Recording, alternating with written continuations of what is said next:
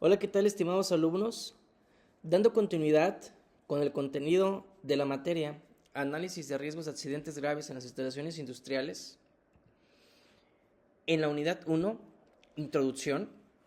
En esta sesión abordaremos los subtemas 1.3, referente a los parámetros de medición del riesgo, así como el 1.4, acerca de los riesgos mayores y catástrofes.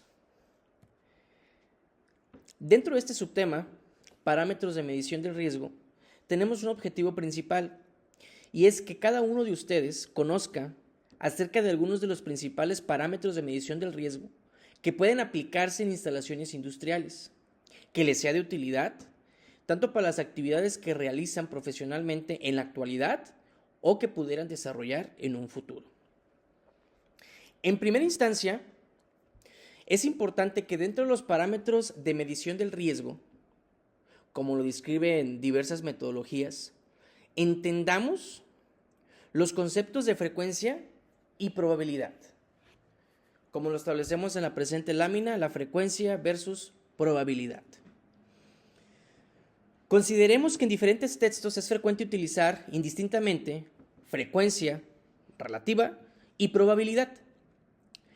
A veces los dos conceptos son utilizados o aplicados sin discriminar su procedencia estadística o probabilística, lo cual puede llegar a generar confusión en ciertas metodologías.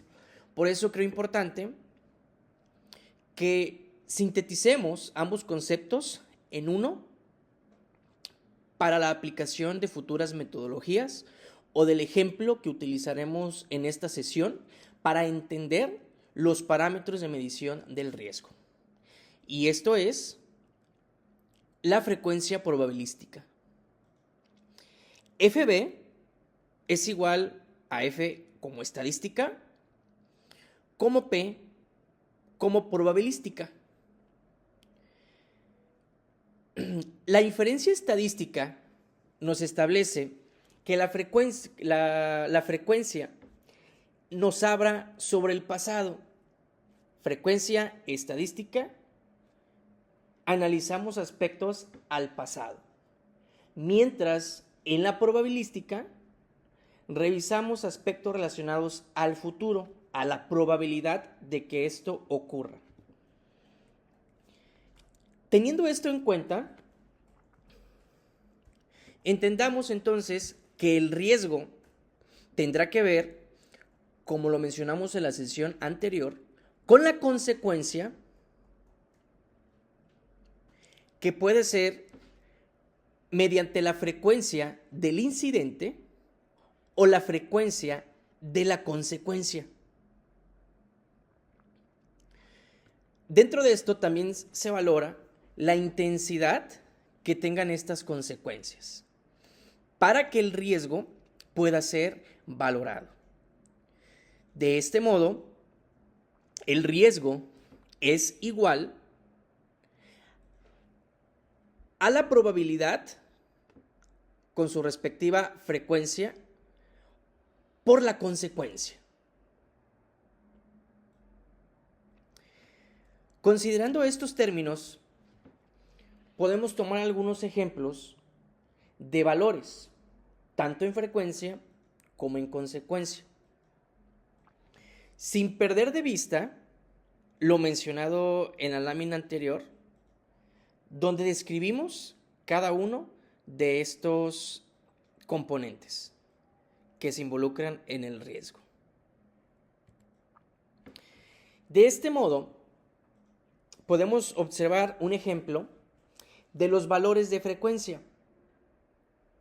Esto quiere decir que el nivel de frecuencia que podemos observar en la tabla de la lámina va alineado a un rango de frecuencia del evento catastrófico o dañino. Asimismo, tenemos una descripción de cada uno de estos dentro de esta tabla. Ejemplo, el nivel de frecuencia A nos describe a un escenario que puede suceder varias veces en un año, mientras la frecuencia B, que este escenario tiene una alta prioridad de ocurrir en un año en una planta ha ocurrido en los últimos 5 años. El nivel de frecuencia C nos describe que es un escenario que puede ocurrir en la vida útil del equipo, así como que el personal conoce del evento pero no lo ha experimentado. El nivel de frecuencia D nos habla sobre el escenario pudo ocurrir en la vida útil del equipo, así como que sucedió en una planta similar o en otra compañía. El nivel de frecuencia E, junto con el F, nos habla o describe aspectos relacionados a que el escenario es improbable de que ocurra en la vida útil del equipo, mientras que el nivel de frecuencia G y H sobre que el escenario es muy improbable de que ocurra en la vida útil del equipo. Entre el nivel de frecuencia y estas descripciones tenemos un rango de frecuencia del evento catastrófico o dañino, como bien lo comentábamos, que son básicamente valores cuantitativos que podemos considerar dentro de estos niveles de frecuencia. Independiente de estos ejemplos de valores, tenemos otro ejemplo más que puede ser más fácil de interpretar dentro de la frecuencia. Aquí nos establece un valor que es lo que vemos en pantalla, que es un número del 6 a 1. ¿Qué tipo de frecuencia tenemos? Y la descripción de esta frecuencia. De este modo nos podemos dar cuenta que el valor 6 habla acerca de un tipo de frecuencia, vaya la redundancia, muy frecuente. Y esto es que sucede una vez al año o más. El valor 5, que es frecuente, y sucede una vez en un periodo de 1 a 3 años. El valor 4, que es poco frecuente, sucede una vez en un periodo de 3 a 5 años. Mientras que el valor 3 me indica pues, que la frecuencia es rara. Sucede una vez en un periodo de 5 a 10 años. El valor 2, una frecuencia muy rara, que solo ha ocurrido una vez en el periodo de vida de la planta. Y por último, el valor 1, la frecuencia es extremadamente raro y es posible que ocurra, pero no se tiene un evento registrado. Mediante estos valores de frecuencia, es como yo puedo determinar estos parámetros a utilizar para la medición del riesgo. Del mismo modo, aunando ahorita sobre los ejemplos de los valores en la frecuencia de estos posibles riesgos, dijimos que la frecuencia tiene que ver también con la consecuencia. Frecuencia, lo que ha ocurrido, puede ocurrir, y la consecuencia, el resultado de la materialización de este riesgo, como lo hemos venido manejando desde la sesión anterior. ¿De acuerdo? Los parámetros de medición del riesgo, en este caso en la consecuencia, es el resultado, la materialización de dicho riesgo. Las consecuencias pueden ser principalmente emisiones tóxicas o inflamables, incendios o explosiones. Y consideremos que esto puede afectar a los empleados, a la población, a las instalaciones y producción, la imagen pública de la empresa o de la industria, así como al mismo medio ambiente. La consecuencia también tiene ciertos valores, también la calificamos. Recuerden, el riesgo se mide. Así como tenemos valores en frecuencia, tenemos valores en consecuencia. Aquí, por ejemplo, en la tabla que se muestra en la lámina, tenemos valores de consecuencia del 6 al 1. Tenemos consideración de daños al personal, daños a la población, impacto ambiental, pérdidas de equipos y pérdidas de producción. En este ejemplo lo manejamos en dólares. De este modo, cada uno de los valores, yendo del mayor al menor, Me establece ciertos criterios o situaciones de afectación. Por ejemplo, el valor 6 me establece que tenemos en daños al personal 15 o más afectados en fatalidad. Daños a la población, 100 o más afectados en fatalidad. En el impacto ambiental, fuga o derrame por más de una semana.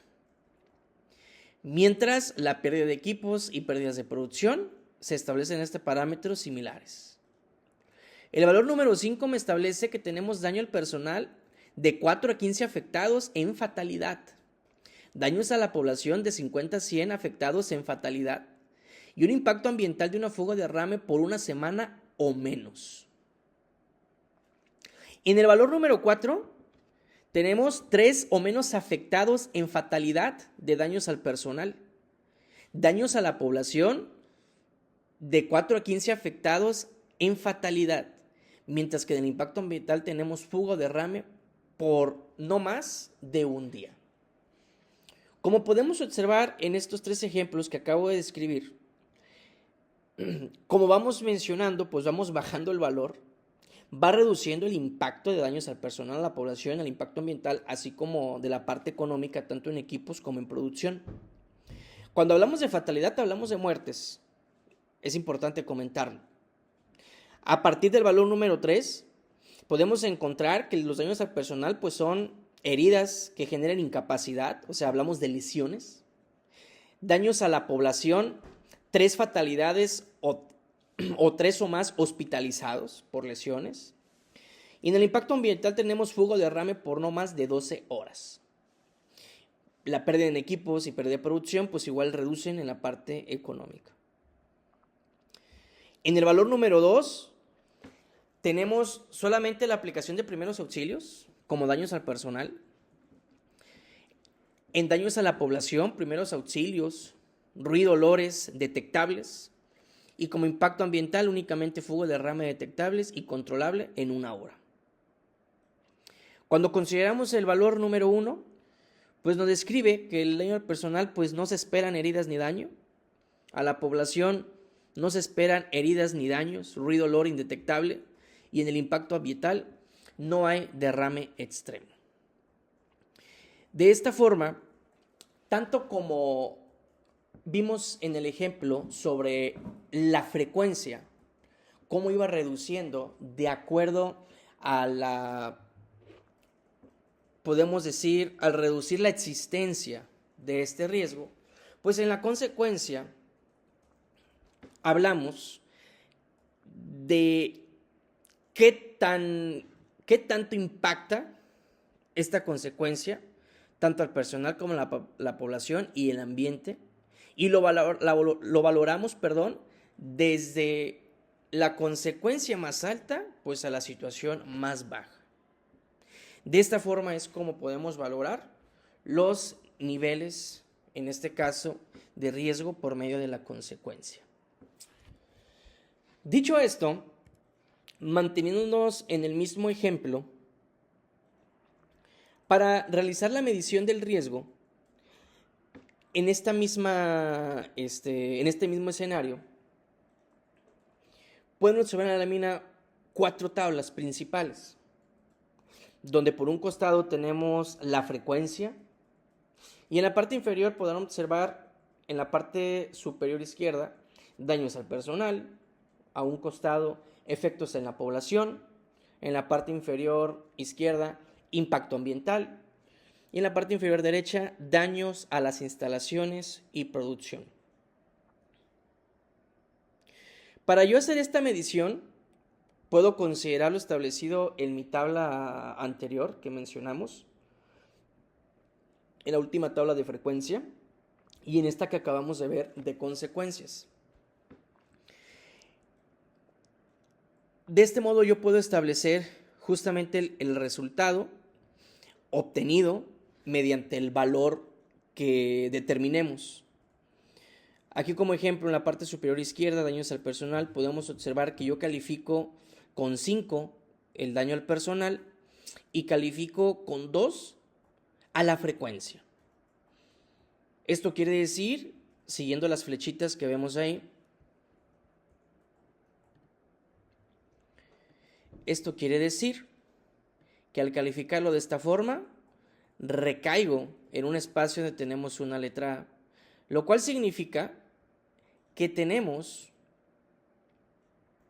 una región A. ¿Qué significa? Que es un riesgo administrable, donde tenemos costos de mitigación superior al beneficio, un riesgo administrable, costo de la reducción excede la mejora lograda. De este modo, podemos hacer la medición del riesgo mediante este pequeño análisis. Y justo esto es una herramienta con la que podremos revisar los parámetros de medición del riesgo. Bien, entrando un poco más a detalle con este ejemplo, esta matriz de riesgo, la región que observamos en color rojo, significa que es no tolerable. Esto quiere decir que los riesgos de este tipo deben provocar acciones inmediatas para implantar las recomendaciones generadas en el análisis de riesgos. Asimismo, el costo no debe ser limitación y el hacer nada no es una opción aceptable, ya que nos indica que las acciones deben reducirlos a una región de riesgo tolerable. El que nosotros evaluemos un riesgo y tengamos como resultado que es intolerable, o en cualquier otra metodología nos caiga en un espacio en rojo, que los colores en semáforos suelen ser muy usuales, no hay negociación con tema de seguridad. O sea, no hay forma de que tú digas, pues no puedo reducirlo. No, debes de reducirlo, porque si tenemos esa evaluación después de hacer el respectivo análisis, quiere decir que este riesgo no está controlado y debemos de implementar las acciones pertinentes para que sea controlado. Mientras tanto, la región que vemos de color amarilla nos establece que los riesgos que se ubican en esta región deben estudiarse a detalle mediante análisis de tipo costo-beneficio para que pueda tomarse decisión en cuanto a qué se tolera el riesgo o se implanten recomendaciones que permitan reducirlos a una región tolerable. A diferencia de aquellos que se encuentran en región roja, bueno, no me establece una exigencia, sin embargo, sí me establece que debo tomar acciones necesarias para tratar de controlar ese riesgo aún más de lo que posiblemente ya tengo controlado. Tenemos una región en verde, que es donde tenemos riesgos tolerables. ¿Y cómo se define esto? Se define como que el riesgo es de bajo impacto y es tolerado, aunque pudieran tomarse acciones para reducirlo.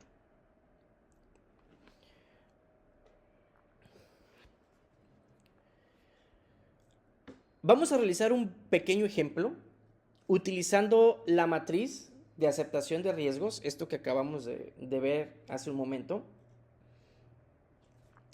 estableciendo el nivel de riesgo del siguiente escenario.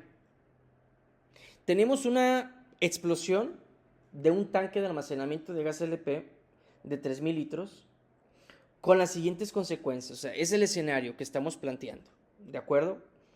Tenemos un peligro, tenemos un riesgo y una situación que es lo que deseamos analizar mediante la matriz de medición del riesgo, donde se establece que tenemos la muerte de más de 10 trabajadores, tenemos muerte de más de 5 habitantes de la población, tenemos una dispersión de este químico en el ambiente durante 12 horas y tenemos pérdidas materiales totales de 120 millones de dólares. En este punto, utilizando las gráficas y los valores que observamos anteriormente, obtenemos la siguiente solución.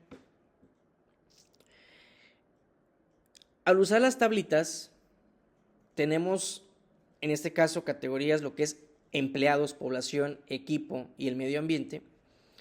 Dentro de los empleados tenemos una frecuencia de 2, una consecuencia de 5, que me determina un riesgo en A, en la tabla, que es color amarillo, donde tengo una aceptabilidad de riesgo, donde, como bien lo comentábamos, tengo que establecer acciones para tratar de reducir ese riesgo. Tenemos la categoría de población, lo cual, pues de acuerdo a la medición, es no tolerable. Dentro del equipo tenemos, bueno, pues algo tolerable. Y ambiental, pues también un resultado de un riesgo que debemos trabajar. Básicamente, mediante las características de los riesgos que evaluemos, de aquellos peligros identificados o situaciones a las cuales apliquemos esta evaluación, podemos obtener resultados que nos sirvan para establecer acciones de mejora que resulten favorables para la operación de cualquier tipo de instalación industrial. Hasta este punto, aquí es solo por mencionar un ejemplo para tener en cuenta justamente pues, los parámetros de medición de riesgo. Más adelante, en otra sesión, tendremos la oportunidad de hablar sobre análisis de riesgos, donde entraremos todavía más a detalle de este tipo de cuestiones. Sin embargo, es importante que nos sigamos familiarizando con los conceptos, a qué nos referimos con riesgo, la probabilidad, que tiene que ver con la frecuencia, y la consecuencia que pueda resultar de la materialización de este riesgo. Todas las matrices, todas las metodologías que nos ayudan a evaluar los riesgos, nos van a hablar regularmente de dos cosas, siendo esto probabilidad, frecuencia o consecuencia. Por consecuencia, perdón. Bien, hasta este punto, reiterando, tener en cuenta estos conceptos que hemos revisado. Pasando al siguiente subtema, referente al 1.4, que son los riesgos mayores y catástrofes, nos interesa que ustedes puedan definir e identificar de forma correcta los conceptos de riesgos mayores y catástrofes en instalaciones industriales, así como seleccionar métodos de análisis adecuado, conforme vayamos avanzando en estas sesiones. Bien, el riesgo mayor, hasta este punto, hemos definido ya varios términos y aquí nos interesa o me interesa ampliar justamente estos aspectos que hemos estado revisando. ¿Qué es el riesgo mayor? Bueno, pues el término de riesgo mayor se refiere a que las consecuencias del riesgo serían las máximas probables identificadas en el análisis de riesgos. También es conocido como el riesgo máximo probable. O sea, que para yo calificar a un riesgo como riesgo mayor, pues previamente ya tuve que haber hecho un análisis, ¿sale? Donde ya determiné aquellas consecuencias del riesgo que determinamos como las máximas probables. También se utiliza el término de riesgo catastrófico. Esto cuando las pérdidas identificadas son de una magnitud extraordinaria para las personas, daños a la propiedad y o ambientales. Las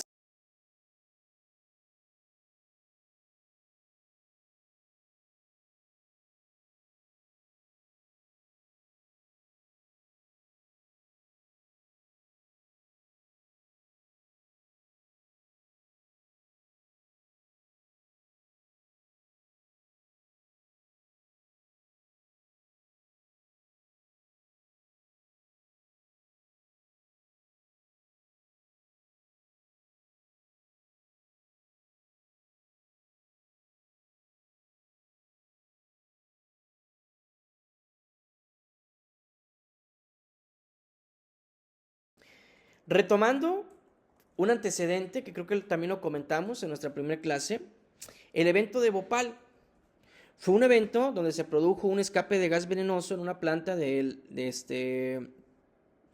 la Unión Cárdibe, donde se generó la emisión, se esparce sobre una superficie de algunos 40 kilómetros cuadrados. Y como consecuencia, ¿qué tenemos? Pues un estimado de 2.500 muertes directas, 150,000 personas que requirieron tratamiento médico. Y esto, pues, en miles de personas se produjeron efectos a largo plazo, ¿sale? O sea, eso lo mencionamos solamente de forma directa. A largo plazo, pues se generaron ciertas situaciones como ceguera, tanto mentales, lesiones hepáticas y renales, y pues ciertas malformaciones embrionarias, resultado de la exposición a este químico derivado de la fuga, este accidente mayor que se originó. A esto lo podemos considerar como catástrofe, pues por la cantidad de afectación que resultó o que tuvo como consecuencia este accidente mayor. Y creo que nos queda claro a qué nos referimos cuando hablamos de accidente mayor. Ya lo comentamos, es aquel evento no deseado que involucra los procesos y equipos críticos con sustancias químicas peligrosas, que origina una liberación incontrolada de las mismas, así como de energía, y que ocasionará lesiones, decesos y daños al centro de trabajo, así como a la población aledaña y al medio ambiente. Para llegar nosotros, como ya lo comentamos, a un resultado certero de las acciones a aplicar para controlar estos riesgos y evitar que estos accidentes, que estas consecuencias se generen, tenemos los análisis de riesgos. ¿Qué son los análisis de riesgos? Pues es la aplicación de uno o más métodos específicos donde podremos identificar, evaluar y generar alternativas de control de riesgos significativos, asociados con los procesos y equipos críticos que manejan sustancias químicas peligrosas. De esta forma es como definimos el análisis de riesgos. Y como ya lo hemos comentado y en el ejemplo de esta sesión del día de hoy, se involucran pues también los parámetros de medición del riesgo. Las instalaciones de riesgo mayor que mencionamos hace un momento, donde se pueden originar estos accidentes mayores, son instalaciones donde como característica se almacenan, transforman o fabrican sustancias peligrosas de tal forma y en tal cantidad que pueden llegar a generar o causar un accidente mayor. Este término de riesgo mayor, de instalaciones de riesgo mayor, también se utiliza para instalaciones en cuyo emplazamiento se dispone permanentemente y temporalmente de una cantidad de sustancias químicas peligrosas que excede de la prescrita en la legislación nacional o estatal sobre los riesgos de accidentes mayores. Que en nuestro caso, pues como bien sabemos, tenemos una normatividad que nos rige directamente este tipo de industria. Las instalaciones de riesgo mayor pueden ser, por ejemplo, según el tipo y la cantidad de sustancias químicas peligrosas que existan en las instalaciones. Algunas de ellas, pues, fábricas químicas y petroquímicas, refinerías de petróleo, lugares en que se almacena gas de petróleo licuado, grandes depósitos de gas y de líquidos inflamables, depósitos de sustancias químicas, fábricas de fertilizantes e instalación de tratamiento del agua que utilizan cloro. Estos son algunos de los ejemplos de instalaciones de riesgos mayor, donde, repito, para no perder el hilo y la línea que traemos, donde como resultado podremos tener accidentes mayores. A nivel nacional, nuestra legislación nos establece la norma oficial mexicana NOM 028 STPS 2012 como aquella que como objetivo tiene establecer elementos de un sistema de administración para organizar la seguridad en los procesos y equipos críticos que manejan sustancias químicas peligrosas. Esto con el fin de prevenir accidentes mayores y proteger de daños a las personas, a los centros de trabajo y a su entorno. Esta norma oficial mexicana, que algunos de ustedes conocerán, lleva por título Sistema para la Administración del Trabajo, seguridad en los procesos y equipos críticos que manejen sustancias químicas peligrosas. Y esta norma oficial mexicana nos establece un listado de sustancias químicas peligrosas que, vaya la redundancia, nos clasifica como peligrosas. Entonces, de acuerdo a lo que nos establece la norma, de acuerdo a las cantidades que nos establece la norma, pues tú podrías recaer como una instalación de riesgo mayor, cumpliendo con las características que se nos establece en nuestra legislación. Esta normatividad tiene un campo de aplicación, así como todas las normas oficiales mexicanas que ustedes ya han de conocer.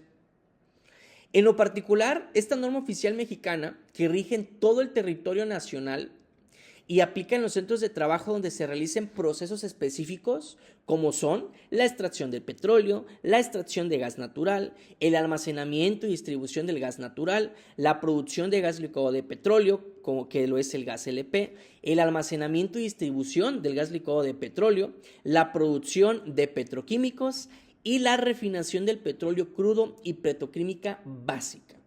Y esto lo establece la misma normatividad, o sea, la misma normatividad me establece cuál es el campo de aplicación y el tipo y características de esas instalaciones, donde debo aplicar todos los criterios que aquí se establecen.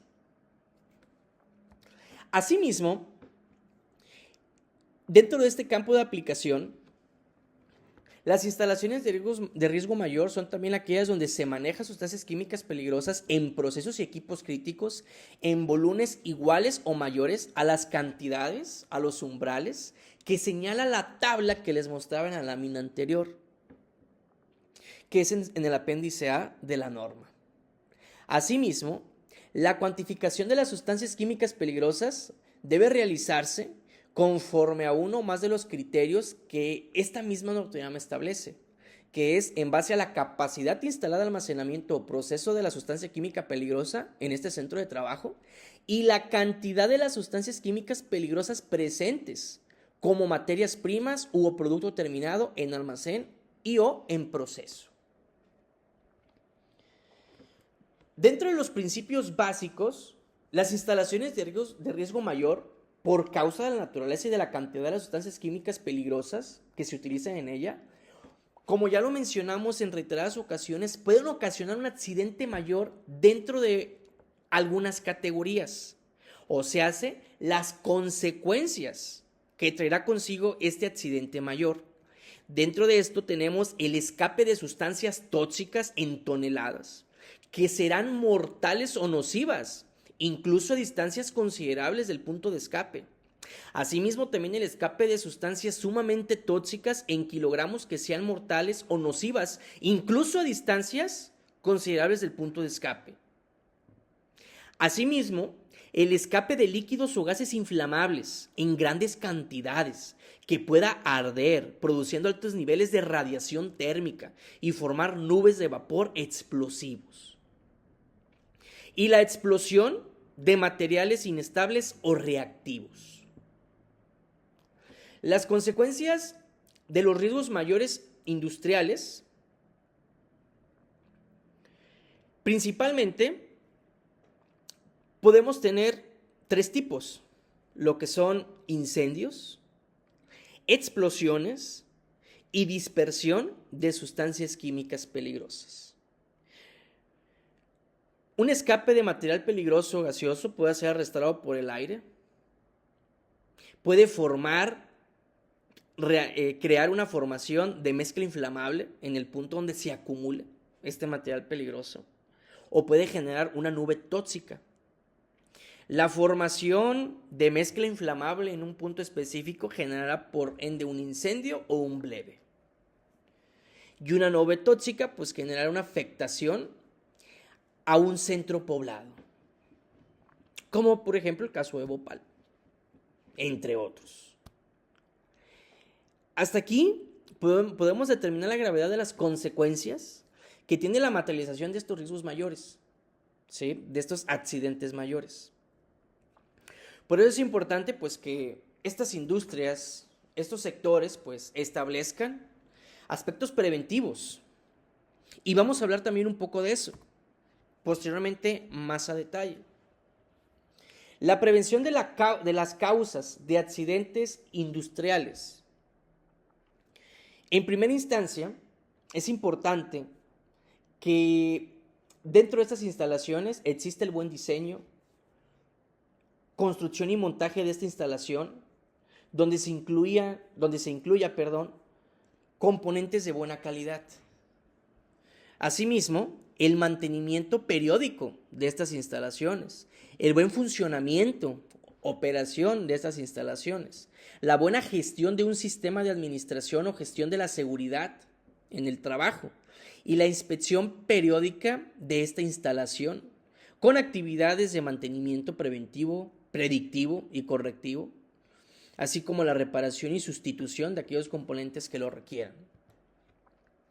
Dentro de todo esto, pues también en las instalaciones industriales deben de considerarse las causas posibles de accidentes mayores.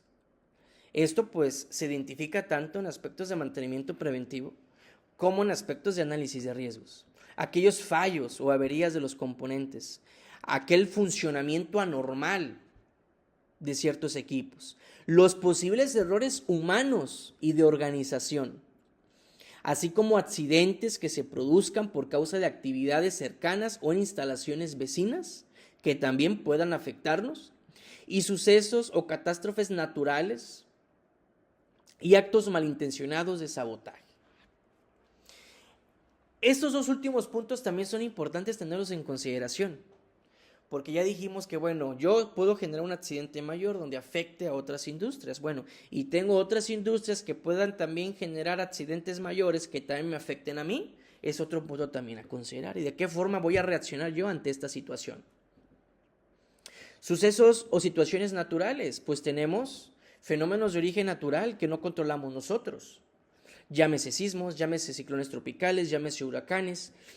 ¿Qué aspectos tengo yo implementados para poder reaccionar ante estas situaciones adversas de las cuales yo no tengo un control en que éstas se generen? Entonces, de esta forma, es como nosotros podemos realizar tanto la identificación de peligros y para posteriormente poder evaluar estos riesgos mayores y poder concluir en mejoras que puedan realizarse en aspectos preventivos para reducir la materialización de estos riesgos que resulten en consecuencias fatales o letales tanto a las mismas instalaciones como a la población.